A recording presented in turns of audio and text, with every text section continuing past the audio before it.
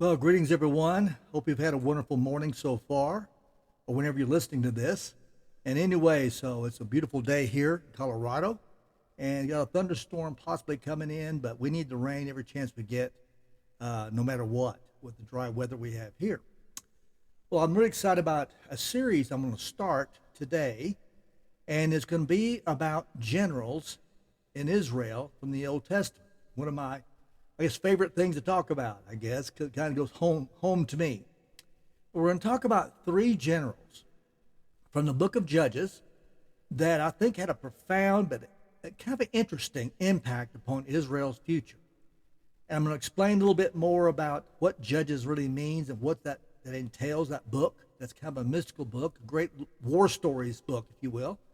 But anyway, explain a little more about that. But about three really, really renowned generals during that time that I want to discuss a little more fully. And as you know, generals' job is not an easy job. I can testify to that. But they do have some authority. For example, during a training exercise, a lieutenant was driving his Jeep along a really muddy back road and encountered another Jeep stuck in the mud with a very angry and frustrated general sitting there with his driver stuck. So the lieutenant came up and said, "Your Jeep stuck, sir?" And he pulled alongside of him. "Nope," said the general, coming over and handing the keys to the lieutenant. "Yours is." I think that's a great moment. I think I remember that moment in some of my lifetime. But here's another example of my recent past. I was one morning going in the front gate of Fort Carson here to my unusual job there that I've temporarily taken to help them write strategy. And I was just going in the gate as usual. And they always have different people at the front gate, different either MPs, military police, or some soldiers been tasked to be in that position to check ID cards.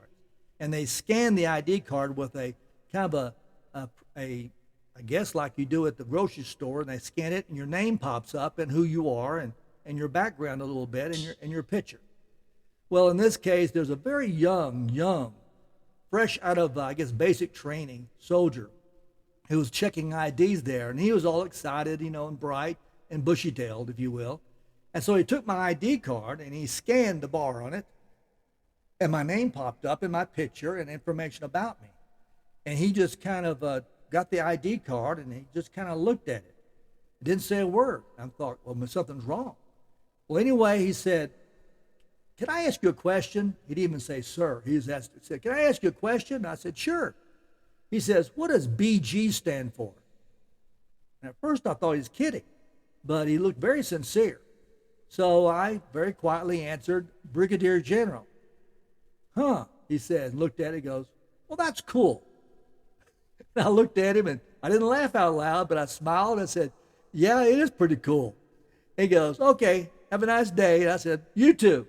As I drove off, I just started laughing. Because I knew if an NCO or a sergeant would have been there, this guy would have been doing push-ups for an hour for what he did. But I knew he was as innocent. He was just excited. He just saw something novel that obviously he didn't pay attention in class to. And so he made that response. But I made my day all day long just thinking about it. Even to this day, I still laugh about it. But one of the most exciting stories in the Bible has faded into obscurity. We don't ever talk about it. You never hear about it in Sunday school lessons until maybe now, much less you hear about it in sermons and worship time. But it's a very unique story about a guy by the name of Ehud, is the way I pronounce his name, the most interesting judge you've ever heard of. And I'll talk about him. So let's go back a little bit of time and let me kind of sum it up. We'll go in more detail because this guy is fascinating and the story is unbelievable. After the Israelites had entered the promised land, they succumbed to idols and practices of the world around them. They absorbed all the unrighteous things around them, if you will, that bordered their country. And because of this, God placed rulers known as judges in the land, and whence we get the entire book of Judges, named Judges, to talk about this, to show the accounts of these people. Now, one such judge was a left-handed man, Ehud, who turned out to be a rather pretty good with a weapon in his hands. It says here in Judges 3:15, but when the sons of Israel cried to the Lord raised up a deliverer for them, Ehud, the son of Gera, the Benjamite, a left-handed man. Isn't it fascinating that they picked out a left-handed man as a describing this guy? And that was his label, that he was a left-handed man. You know, I guess in a way it kind of points out that the world really isn't very favorable to left-handed people, even today. There always seems to be prejudice about how desks are laid out or how computers are laid out with the mouse, or how you write checks in a checkbook, or even the guitar left-handed. You have to go find a specific guitar when most of them are all right-handed guitars. But we're not really sure we can trust them, I guess, because we've always put them as a kind of odd man out.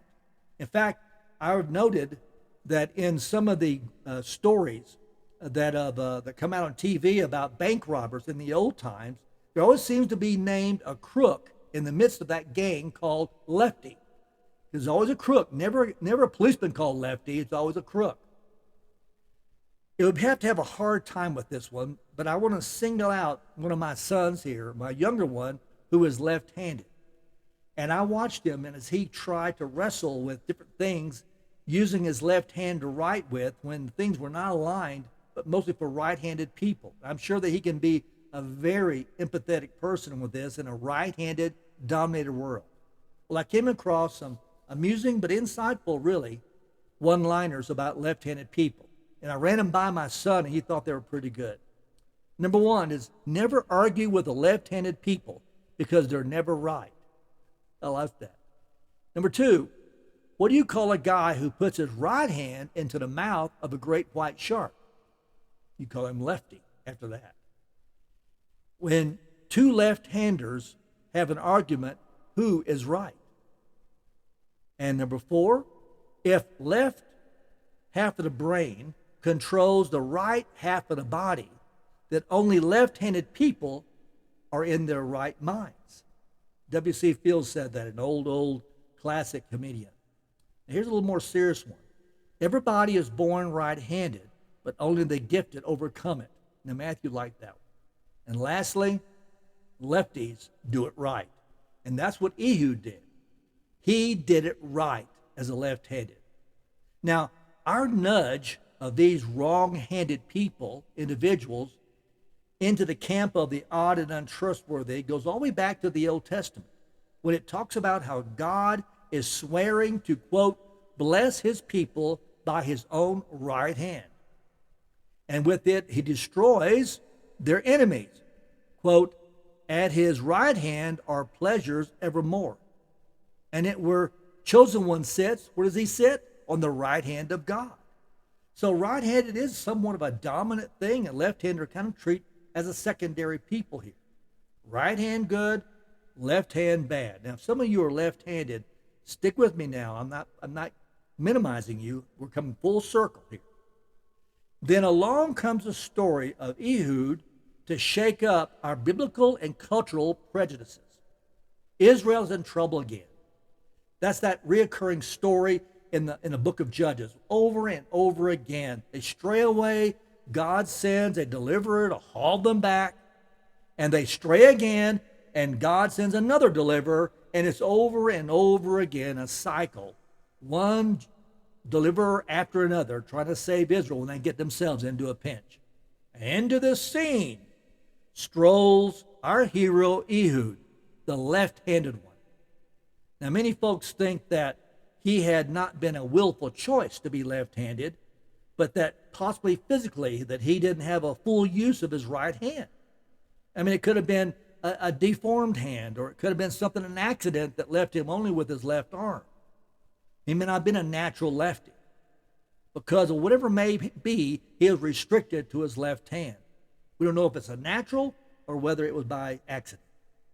An irony is that he belongs to the tribe of the Benjamin tribe, whose name means son of the right hand. That's the irony of the whole thing. So the story is fascinating, if not very graphic, and I'll tell you that more in detail in a moment. One of how Ehud, with his visible handicap, gains access to the brutal king Elgon and disposes of the king, thereby getting deliverance to the people. That's the summation of the story I'm going to tell you. Okay? So God does use left-handed people, huh? God uses folks that others have dismissed as less than valuable to society all the time. God always uses the misfits. God uses the minimized people. God uses the old people like us. God uses young people who are not even aware they're being used or who willingly want to be used, and God performs miracles through them. Who have proclaimed bankruptcy, God uses them. People who have agonized through divorce, people who have been laid off from their jobs, or people in prison cells even, and the homeless, and the sheltered, and the immigrants, the minimum wage jobs. Does God use them? Of course he does. God uses single parents and single people, period. Single income families, men, women, children. Yes, and oh yeah, God uses right-hand people too. But let's pause before we get too deep in the story and the purpose of Ehud and look at the historical setting. So what was going on during that time of Ehud? I've already talked about it in a general sense, but let's talk about it some more. For those of us who have read past Judges into the Old Testament, we know that Israel eventually had kings over them. So why did God implement judges? Why didn't he start with kings first? Well, I'm going to give you three good reasons. First reason is this. God recognized Israel's sinful nature. Without a proper ruler in place, they would have succumbed to anarchy like they had back when Moses had gone to retrieve the Ten Commandments on Mount Sinai. So this meant that he needed to put someone with authority from him over Israel to guide them back to the path of righteousness. Second reason, and Charles Swindoll, a great author, explains this. He says, whenever God puts a judge in place, Israel has gotten itself into a pickle and has ended up oppressed by one of the neighbors, like the Moabites or the Philistines or somebody like that. So the judge would overthrow whatever foreign ruler had taken over Israel and restore the nation. In Scripture, we see judges, prophets, and other people who work in a cyclic nature. Once the judge disappears, Israel's restoration would end, and they'd revert back to their sinful ways until another judge appeared on the scene to rescue them from whoever's clutches the nation had ended up in. Man, that is such like our lives. I mean, I picture myself in this, that I have gone through, and I have asked God forgiveness, I have tried my best, and I go right back and do the old things I know I shouldn't do. And then I go back to God and ask forgiveness all over again. Well, here's the third reason. God doesn't jump to the kingship right away for a reason. We get hints of why when Israel demands a king in 1 Samuel, it ends up with a less than perfect king, Saul. Every other nation had a king. Israel wanted to jump in on that fad. They wanted their king that they elect into it. But kings who didn't know God's own heart had tyrannical tendencies. And God makes this very clear. As a witness in the Old Testament narrative, the kings of Israel end up causing more damage than any other ruler could. They split the kingdom, they fight wars constantly, and end up getting themselves taken into 70-year captivity with the Assyria and Babylon. That's what kings did for them. But God allowed it because the people demanded it. He wanted to please them, but at the same time, he knew he had to rescue them all over again. So one of the key things recorded in the book of Judges is that the Israelites were caught in a cycle of repeated rebellion against God. They were a society that drifted away from God and worshiped idols instead of and because of rebellion, They just jumped into it, and they were enslaved or oppressed by the neighboring groups. After a long period of difficult circumstances, the Israelites finally repented of their sin and cried out to God for help, like we still do today. I'm reminded of a story. I've heard this all my life. We've had a lot of rain here in Colorado.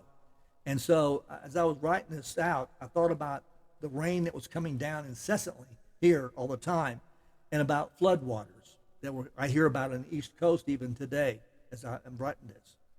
But there was a man caught in a flash flood, and the waters got so high that he eventually had to get on the roof of his house.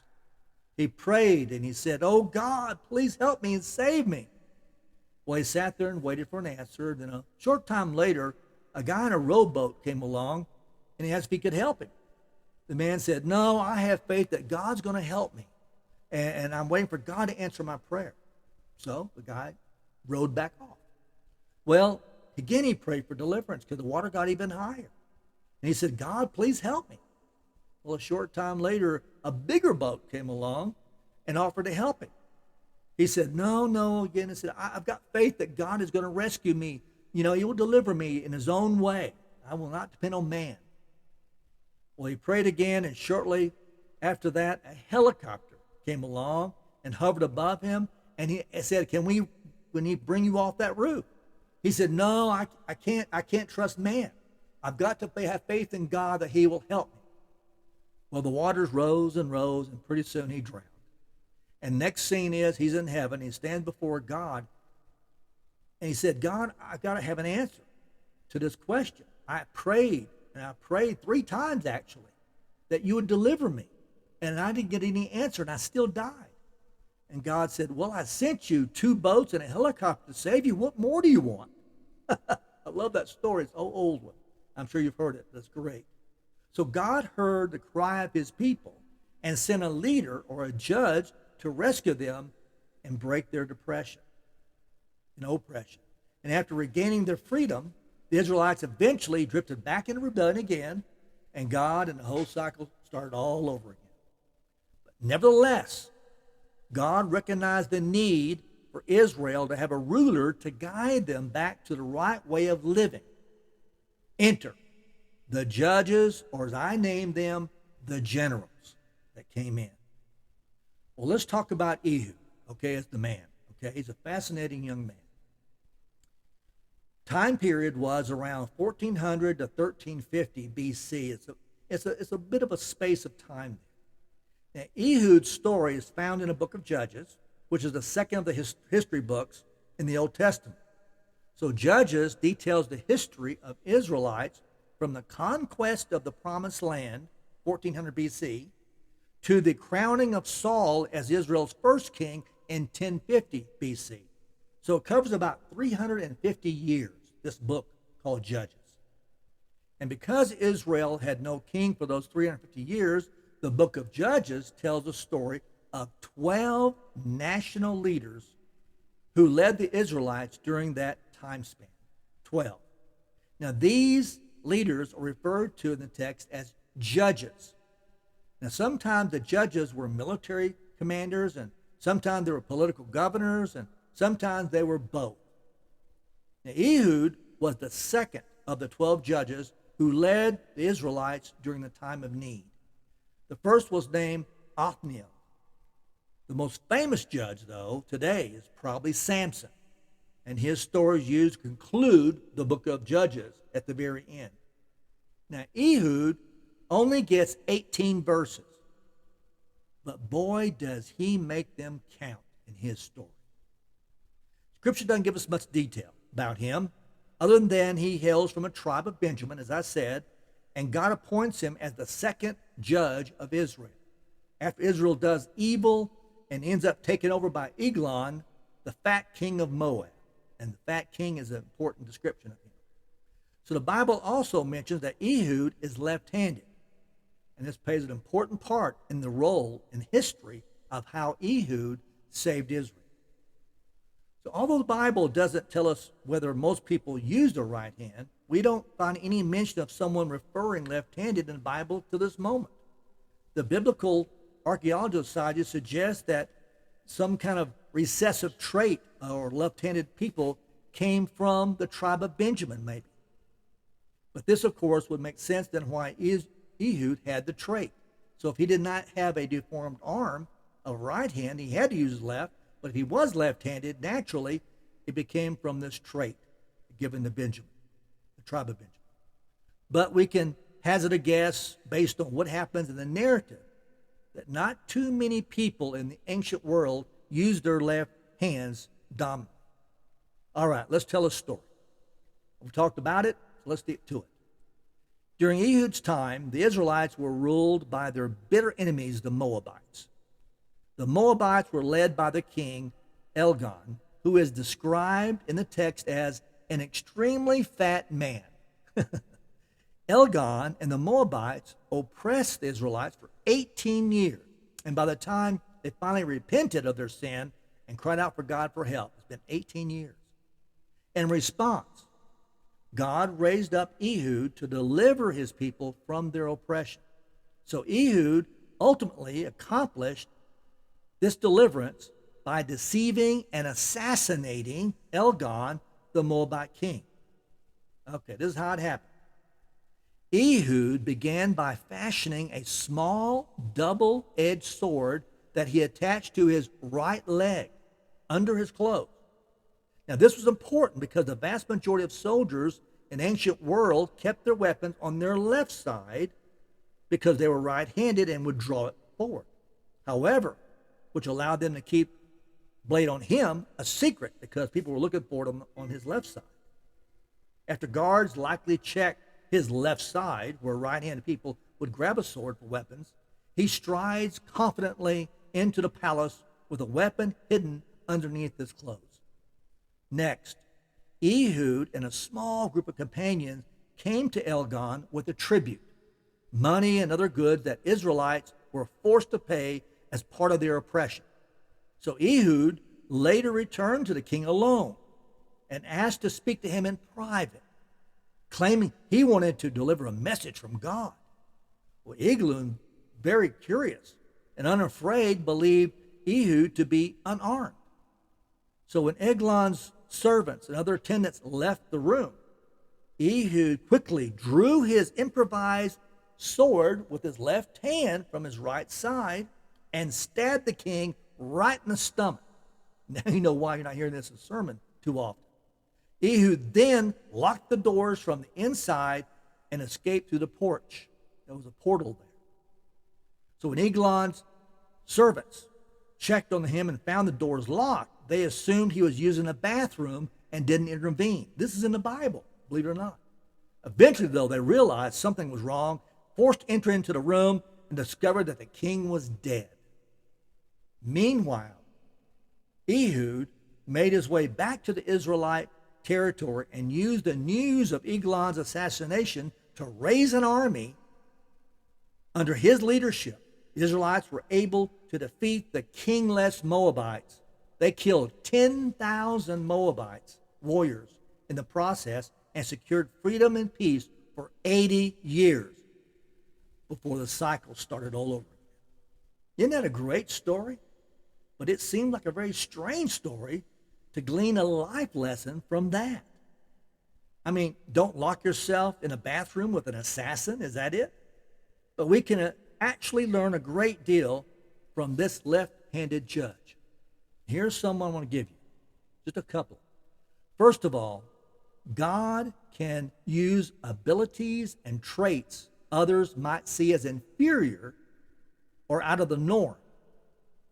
Although today we'd argue that being left-handed is not an inferior trait, most of history did not hold that same view. I'll give you an example, a funny one actually, but it's a good example. A man whose wife was sick decided that he would do the cooking. He did quite well at it until one day he became kind of ambitious. He thought he would bake some bread.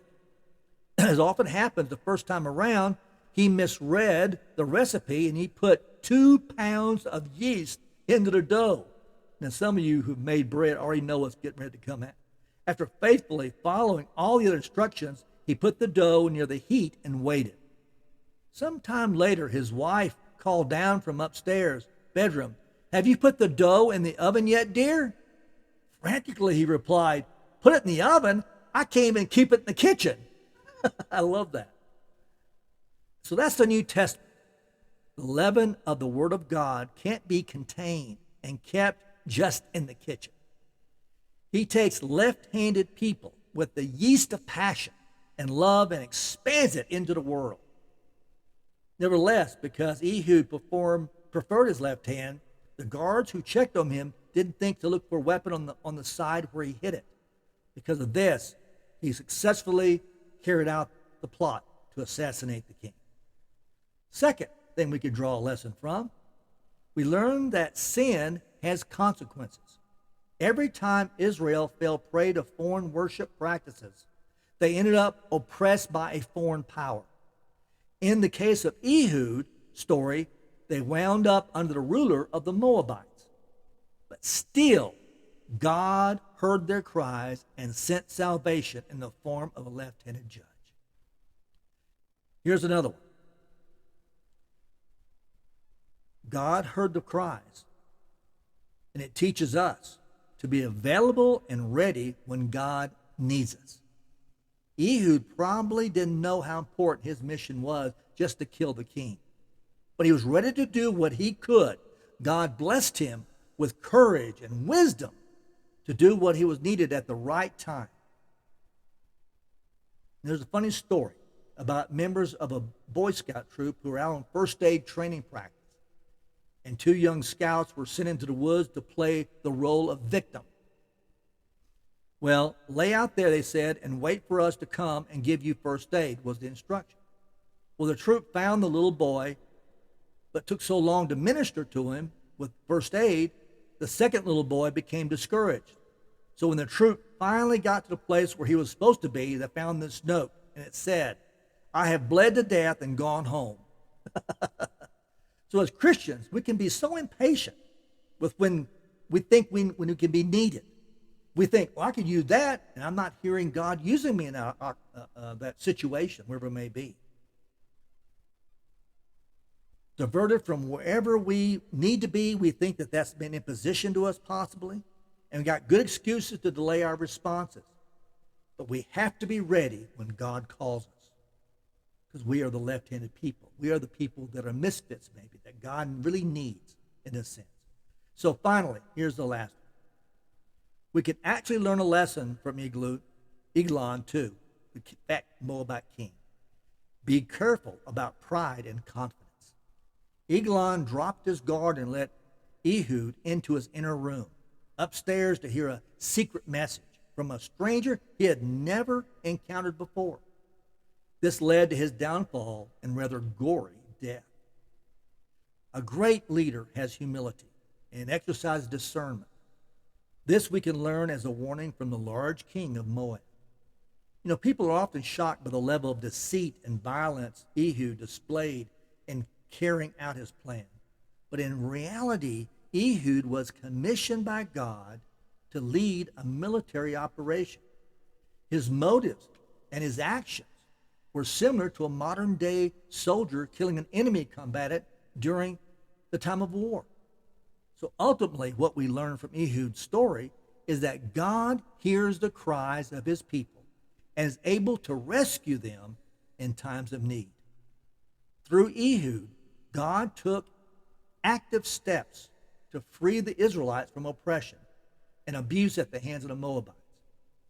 But it also shows us through this story that God doesn't discriminate when choosing servants to accomplish his will.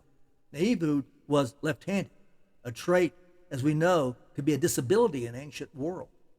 But Ehud was likely thought of as a deformed or useless by the people of the day, yet God used him to win a major victory for his people.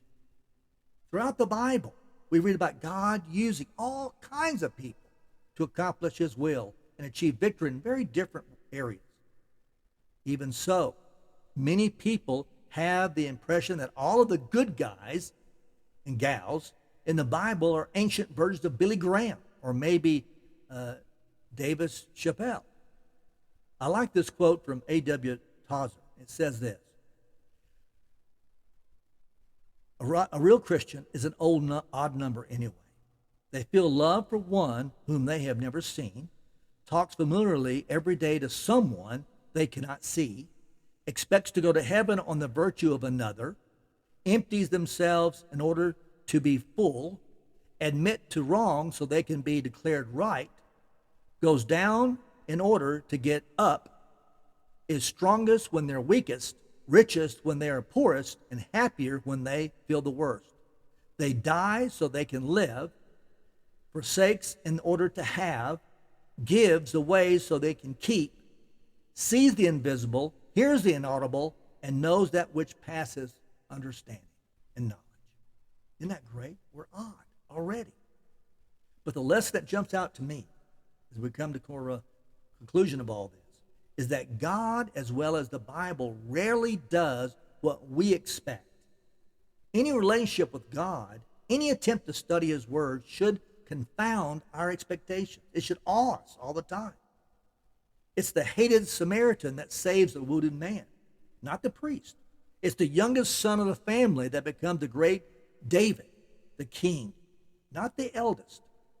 Jacob's the father of the nation of Israel, but he's basically a con man and a trickster. The disciples include a collaborating tax collector and a militant terrorist. Jesus comes as a Messiah and saves us not through military victory, but through a death and crucifixion on a cross. Constantly through the Bible, God does the unexpected. The last are first. The mighty are brought low. Heroes have feet of clay. The greatest persecutor of the church becomes its greatest theologian. It's a story that's all about unexpected.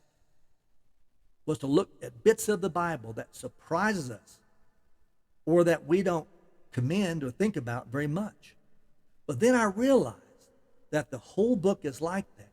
Little stories tucked away in a couple of obscure sentences can illuminate the whole book and the epic world-famous tales all about layers of meaning that we can uncover if we just stop and listen, how God uses the unexpected.